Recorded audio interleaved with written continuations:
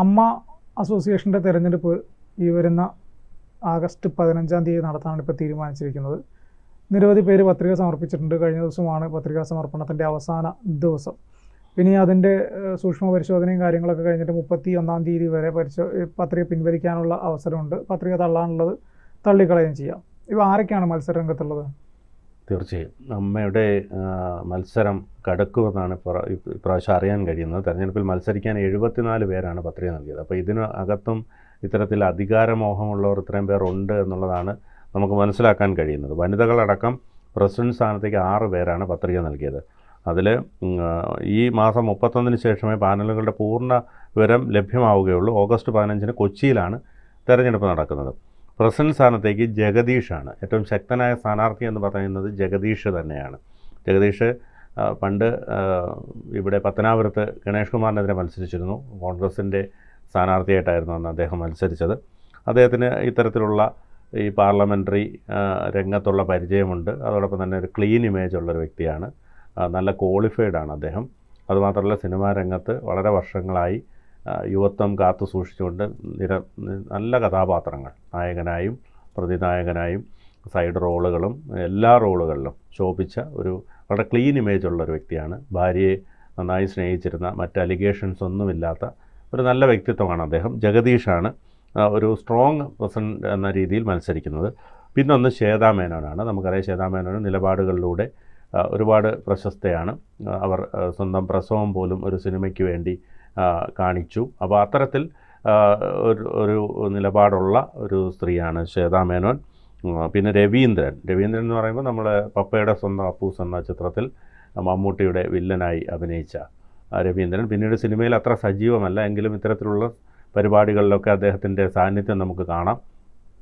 മറ്റൊന്ന് ജോയ് മാത്യു ആണ്. ജോയ് മാത്യു പക്ഷേ ജഗദീഷ് ഉള്ളതിനാൽ അത് പിൻവലിച്ചു എന്നാണ് അറിയാൻ കഴിയുന്നത്. അതിൻ്റെ വിശദാംശങ്ങളിലേക്ക് വന്നിട്ടില്ല. മറ്റൊന്ന് ദേവൻ. നമുക്കറിയാം സിനിമയിലെ സുന്ദരനായ വില്ലൻ, അതായത് സാധാരണ വില്ലൻ പരിവേഷങ്ങളിൽ നിന്നും വ്യത്യസ്തമായി വളരെ സുമുഖനായ വില്ലൻ. പക്ഷേ നമുക്ക് അത്ര സുമുഖനായ ഒരാൾ വില്ലനായി വന്നാൽ ശോഭിക്കുമോ എന്നുള്ള ഒരു സംശയം പലർക്കും ഉണ്ടായിരുന്നു. പക്ഷേ അദ്ദേഹം അത് വളരെ കൃത്യമായ വില്ലൻ വേഷം നന്നായി ചെയ്തു. എല്ലാവർക്കും അത് സ്വീകാര്യനായി കൃത്യമായ അഭിനയമാണ് കാഴ്ചവെച്ചത്. അപ്പോൾ സിനിമയിലെ സുമുഖനായ വില്ലൻ എന്നറിയപ്പെടുന്ന ദേവനാണ് മറ്റൊരു മത്സരരംഗത്തുള്ള പ്രസിഡന്റ് സ്ഥാനത്തുള്ള ഒരാൾ. മറ്റൊന്ന് അനൂപ് ചന്ദ്രൻ കോമഡിയിലൂടെ വന്ന നടനാണ്. അദ്ദേഹവും ഒരുപാട് നിർണായകമായ കഥാപാത്രങ്ങൾ സിനിമയ്ക്ക് വേണ്ടി ചെയ്തു. മറ്റൊന്ന് ജയൻ ചേർത്തലയും ഈ പറഞ്ഞതുപോലെ സീരിയൽ രംഗത്ത് നിന്ന് വന്നതാണ്. പിന്നെ സിനിമയിൽ ശ്രദ്ധേയമായ വേഷങ്ങളിലൂടെ വന്നിട്ടുണ്ട്. അദ്ദേഹവും ഈ പറഞ്ഞ പോലെ പല നിലപാടുകളും മാധ്യമങ്ങൾക്ക് മുന്നിൽ പറഞ്ഞിട്ടുണ്ട്. അപ്പോൾ ഇത്രയും പേരാണ് പ്രസിഡന്റ് സ്ഥാനത്തേക്ക് പത്രിക നൽകിയിരിക്കുന്നത്. മത്സര രംഗത്തുള്ളതിൽ ഏറ്റവും സീനിയർ ജഗദീഷും ദേവനുമാണ്. അമ്മയിൽ യുവ നേതൃത്വം വരണമെന്ന് മുതിർന്ന നടന്മാർ അഭ്യർത്ഥിച്ചെങ്കിലും പ്രമുഖ യുവ നടന്മാർ ആരും മുന്നോട്ട് വന്നില്ല. നമ്മളിപ്പോൾ വിജയരാഘവൻ വരുമെന്ന് പ്രതീക്ഷിച്ചു, കുഞ്ചാക്കോ ബോബൻ വരുമെന്ന് പ്രതീക്ഷിച്ചു. പക്ഷേ ഇവരാരും വന്നില്ല. ഇവർക്കൊന്നും ഇതിനോട് ഒരു ആഭിമുഖ്യം ഇല്ല എന്നാണ് മനസ്സിലാക്കാൻ കഴിയുന്നത്. പ്രസിഡന്റ് സ്ഥാനത്തേക്ക് ജോയ് മാത്യു നൽകിയ പത്രിക പിൻവലിച്ചോ അല്ലെങ്കിൽ തള്ളിയോ അങ്ങനെ എന്തോ സംഭവം ഉണ്ടായിട്ടുണ്ട്. ജഗദീഷ് മത്സരിക്കുന്ന സാഹചര്യത്തിൽ വിട്ടുനിൽക്കാൻ തീരുമാനിച്ചതിൽ നാമനിർദ്ദേശ പത്രികയിലെ ഡിക്ലറേഷനിൽ ഒപ്പിടാതിരുന്നതാണെന്നാണ് ജോയ് മാത്യു പറയുന്നത്. അതായത് ജഗദീഷ് ഉണ്ടെന്നറിഞ്ഞ് ഇത് കൃത്യമായ രീതിയിൽ ഈ നാമനിർദ്ദേശ പത്രികയിലുള്ള ഒപ്പുകളൊന്നും കൊടുക്കാതെ ചെയ്തതാണ്, മനഃപൂർവ്വം താൻ അങ്ങനെ ചെയ്തതാണെന്നാണ് അദ്ദേഹം ജോയ് മാത്യു അടുത്ത കേന്ദ്രങ്ങൾ വ്യക്തമാക്കുന്നത്. പത്രിക കൊടുക്കാതിരുന്നാൽ മതിയായിരുന്നു. ഇത് ഇവർ ഈ സിനിമയിലുള്ള കാര്യം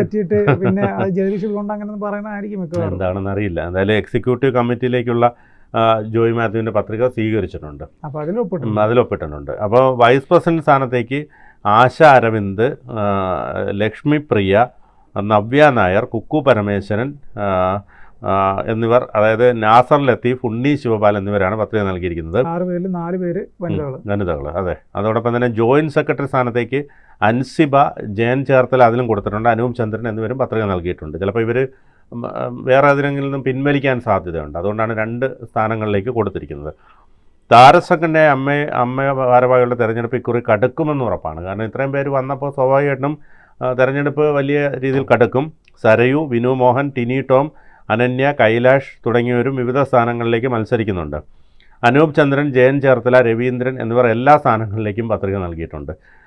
അതായത് ഇവരെ സംബന്ധിച്ച് പറയുകയാണെങ്കിൽ ഇപ്പോൾ ഇവർ അവസരങ്ങളില്ലാതെ നിൽക്കുന്നവരാണ്. ഈ അനൂപ് ചന്ദ്രനാണെങ്കിലും ജയൻ ചേർത്തലയാണെങ്കിലും രവീന്ദ്രനാണെങ്കിലും. അപ്പോൾ അവർക്ക് കൂടുതൽ സമയം ഇതിൽ പ്രവർത്തിക്കാൻ കഴിയും. ഒപ്പം സംഘടനാ തലപ്പത്തേക്കൊക്കെ വരുമ്പോൾ മറ്റ് അവസരങ്ങൾ കൂടുതൽ കിട്ടും. നമുക്കറിയാമല്ലോ, ഇപ്പോൾ ഈ സിനിമയിൽ അവസരം കുറയുമ്പോൾ, അമ്മയുടെ ഭാരവാഹിത്വത്തിൽ നിൽക്കുമ്പോൾ ഒരു സുരക്ഷിതത്വം അല്ലെങ്കിൽ ഇവർ നമ്മുടെ സംരക്ഷകരാണെന്ന് തോന്നുമ്പോൾ ഈ സിനിമയിൽ അവസരങ്ങൾ കിട്ടാനുള്ള സാധ്യത കൂടുതലാണ്. ഇടവേള ബാബുവൊക്കെ കുറച്ച് നാൾ കഴിഞ്ഞ് സിനിമയിൽ തീരെ അപ്രത്യക്ഷമായിരുന്നു. പക്ഷേ പിന്നീട് അമ്മയുടെ തലപ്പത്തിരുന്ന സമയത്ത് പല സിനിമകളിലും ചെറിയ വേഷങ്ങളിലൊക്കെ നമ്മൾ കണ്ടിട്ടുണ്ട്. അത് ഒരു പക്ഷേ ഈ ഒരു സ്ഥാനത്തിരിക്കുന്നതിൻ്റെ ഒരു ഗുണമാകാം അത്, അല്ലേ? തീർച്ചയായിട്ടും.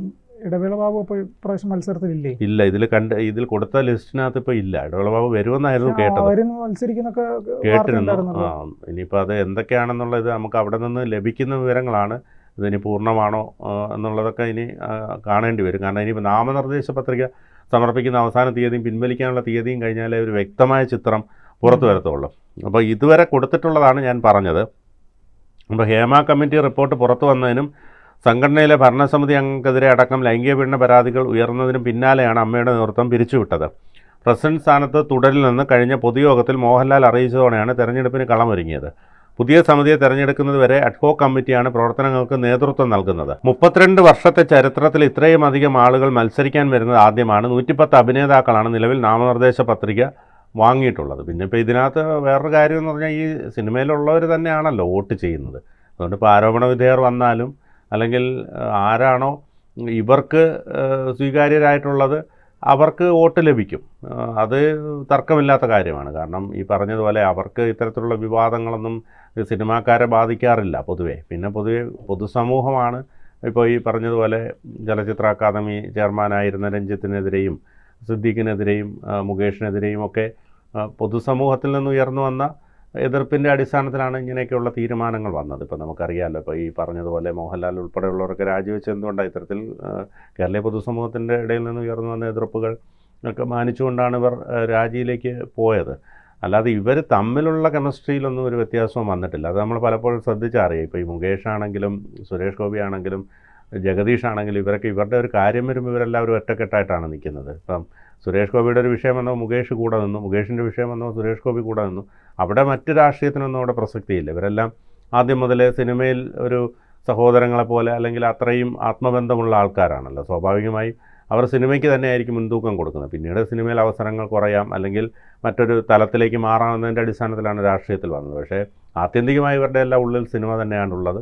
അതുകൊണ്ട് ഇവർക്കൊരു പ്രശ്നം വന്നാലും ഇവരെല്ലാം ഇത്തരത്തിൽ തന്നെ നിൽക്കും. പിന്നെ ഗണേഷ് കുമാറാണ് അതിൽ നിന്ന് കുറച്ച് വ്യത്യസ്തമായി സുരേഷ് ഗോപിക്കെതിരെയൊക്കെ പ്രസ്താവനകളൊക്കെ ഇറക്കിയിട്ടുള്ളത്. അപ്പോൾ അതിൽ നിന്നും മനസ്സിലാക്കാൻ കഴിയുന്നത് ഇതിൻ്റെ ഒരു തെരഞ്ഞെടുപ്പ് രീതി വെച്ചിട്ട് അല്ലെങ്കിൽ ജയിക്കുന്നത് ആരായിരിക്കുമെന്നത് അവരുടെ ഒരു ഉള്ളിൽ തീരുമാനിക്കുന്നതായിരിക്കും എന്നുള്ളതാണ് ഇതിൻ്റെ മറ്റൊരു വസ്തുത. ഇപ്പം നമുക്കിപ്പം ഇതിപ്പോൾ ജഗദീഷ് മത്സരിക്കുന്നു, ദേവൻ മത്സരിക്കുന്നു, ഇവരെല്ലാം മത്സരിക്കുന്നു. അപ്പോൾ ജയിക്കുന്ന ആൾ എല്ലാം കൊണ്ടും മാന്യനും ശുദ്ധനും അല്ലെങ്കിൽ നല്ലവനുമാണെന്നൊന്നും നമുക്ക് പറയാൻ പറ്റില്ല. കാരണം സിനിമാക്കാർക്ക് പല പല താല്പര്യങ്ങളുണ്ടാകാം.